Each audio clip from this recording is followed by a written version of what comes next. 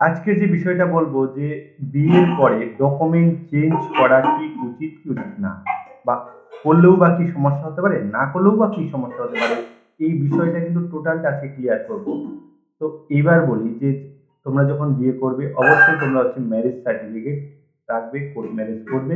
এতে কিন্তু তোমাদের ভবিষ্যতে অনেক সুবিধা হয়। যদি না করো সেগুলো কিন্তু তাহলে প্রবলেম হয় অনেক। যেমন যদি ম্যারেজ সার্টিফিকেট না থাকে তাহলে কি হবে যে বিয়ের পর যদি তুমি ডকুমেন্ট চেঞ্জ করতে যাও, মনে করো আধার কার্ডে টাইটেল অ্যাড করবে, অ্যাড্রেস চেঞ্জ করবে, এতে কিন্তু প্রবলেম হয়। বা ভোটার কার্ডে তো এখানে কি হয় যে একটা কমিউনিকেশন লিঙ্ক যেটা প্রমাণ করে যে তোমার বিয়ে হয়েছে, সে তোমার হাসব্যান্ড, এরকম একটা যে কিন্তু সম্পর্ক তৈরি করতে একটু সমস্যা হয়। তো এর জন্য কোর্ট ম্যারেজটা লাগে। তো এবার বলি কোর্ট ম্যারেজ হয়ে গেল তোমাদের ঠিক আছে। এইবার অনেকের চায় যে আমি হচ্ছে আমার টাইটেল আলাদা, আমার স্বামীর টাইটেল আলাদা। তো কি করব? আমি হচ্ছে আমার টাইটেলটা চেঞ্জ করে স্বামীর টাইটেল বসাবো। এই ক্ষেত্রে কি হয় যে বসানো তো যায়, হ্যাঁ? ম্যারেজ সার্টিফিকেট দিয়ে তুমি চেঞ্জ করে দিলে। কিন্তু যদি তুমি কোনো জবের জন্য প্রিপারেশন নিতে থাকো বা কোনো চাকরির জন্য চেষ্টা করছো, পরীক্ষা দিচ্ছ, ফর্ম ফিল আপ করছো, এতে কিন্তু তোমার প্রবলেম হয়। কি প্রবলেম হবে? এইবার যখন ফর্ম ফিল আপ হয় তখন কিন্তু তোমাদেরকে বলে যে মাধ্যমিকের অ্যাডমিট কার্ড অনুযায়ী কিন্তু ডিটেইলস ফিল করতে বলে। নাম, ডেট অফ বার্থ সেগুলো কিন্তু মাধ্যমিকের অ্যাডমিট কার্ডের সঙ্গেই মেলায়। আধার কার্ড বা ভোটার কার্ডের সঙ্গে কিন্তু মেলায় না। তো এই অ্যাডমিট কার্ডের যে তোমার নাম সেটা কিন্তু বা টাইটেল তুমি কিন্তু চেঞ্জ করতে পারবে না। তুমি চেঞ্জ করতে পারবে Aadhaar card, voter card, PAN card, খুব বেশি হলে ব্যাংকের বই। এই পর্যন্তই শেষ। এরপরে কিন্তু যে তোমার স্কুল সার্টিফিকেট গুলো আছে সেগুলো কিন্তু চেঞ্জ করা সম্ভব না। করতে পারবে না। তো এই ক্ষেত্রে তোমার একটা প্রবলেম হবে যে তুমি হচ্ছে যখন ফর্ম ফিল আপ করলে একটা নামে অ্যাডমিট যখন পরীক্ষা দিতে গেলে তখন কিন্তু আইডি প্রুফ চায়। সেখানে তুমি ভোটার কার্ড, আধার কার্ড এগুলো নিয়ে গেলে কিন্তু সেখানে তোমাকে এন্ট্রি করতে দেবে না। তো এখানে এন্ট্রির জন্য তোমাকে অবশ্যই অ্যাডমিট কার্ড নিয়ে যেতে হবে, সঙ্গে আইডি কার্ড এবং হচ্ছে তোমাকে ম্যারেজ সার্টিফিকেট দেখাতে হবে যে হ্যাঁ, আমার বিয়ের আগে নাম ছিল এটা, আমি বিয়ের পরে চেঞ্জ করে এটা করেছি।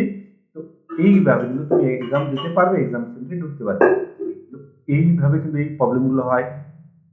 আরো প্রবলেম যে হবে সেগুলো হচ্ছে ফিনান্সিয়াল প্রবলেম। যদি তুমি ব্যাংকের বই চেঞ্জ না করো, তাহলে যদি তোমার ব্যাংকের কোনো সমস্যা হয়, সেখানে কিন্তু তোমাকে বড় একটা ঝামেলা পোহাতে হবে যদি ম্যারেজ সার্টিফিকেট না। আর ম্যারেজ সার্টিফিকেট থাকলে কি হবে? সেটা কিন্তু খুব সহজেই সমাধান হয়ে যাবে। এরপরে যেটা হচ্ছে যে যদি কোনো পলিসি করা থাকে বা এলআইসি বা পিএলআই বা কোনো বা লাইফ ইন্সুরেন্স করা থাকে, যদি বিয়ের আগে করা থাকে এবং বিয়ের পরে নাম চেঞ্জ হয়ে গেল, সেখানে কিন্তু একটা বড় প্রবলেম হয়, সেখানে অনেক ঝামেলা হয়। তো অতএব এইবার তোমরা যদি চাও চেঞ্জ করতে পারো, যদি চাও যে চেঞ্জ করবে না, সেখানে কোনো বাধ্যকতা নেই বা না চেঞ্জ করলেও এমন বা ইউনিভার্সাল কোনো ল নেই বা নিয়ম নেই যে চেঞ্জ করতেই হবে। সেটা তার ব্যক্তিগত ব্যাপার যে সে যদি চেঞ্জ করতে চায় করতে পারে, না করলেও কোনো সমস্যা নেই। করলে তো বললাম যে কি, কি প্রবলেম হতে পারে, আর না করলেও কিন্তু তেমন কোনো প্রবলেম হতে পারে না। না করলে তোমরা কি করবে? যদি তোমার টাইটেল যদি চেঞ্জ না করতে চাও, তো ভালো কথা তুমি চেঞ্জ করবে না।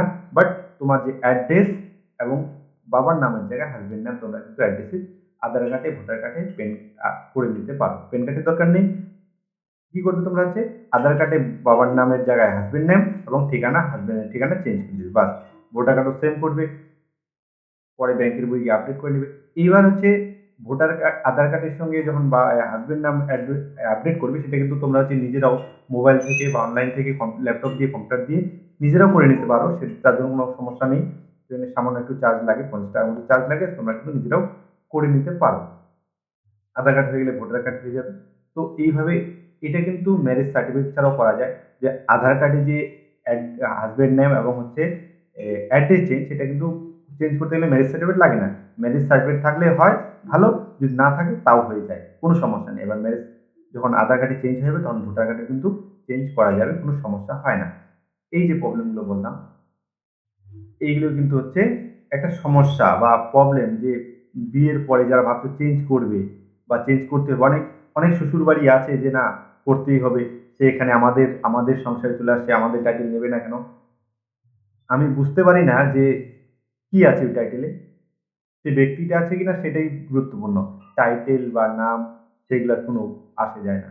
এগুলো যদি করে তো তারই ভবিষ্যতে প্রবলেম হয়। কারণ কি? সে এগুলো চেঞ্জ করতে পারে, আধার কার্ড, ভোটার কার্ড চেঞ্জ করতে পারে। বাট কিন্তু তার স্কুল সার্টিফিকেট সে যদি কোনোদিন চাকরি করতে যায় সেখানে কিন্তু বড় একটা প্রবলেম হয়, সে চেঞ্জ করতে পারে না। ওই জন্যই তাকে আমি বলি যে চেঞ্জ করার কোনো প্রয়োজন নেই, যেমন আছে তেমনই থাক, শুধু কি করবে অ্যাড্রেস এবং হাজব্যান্ড নেম ডকুমেন্টগুলোতে করে নিবে, বাস এতটুকুই দরকার, এরপরে কোনো আর দরকার নেই।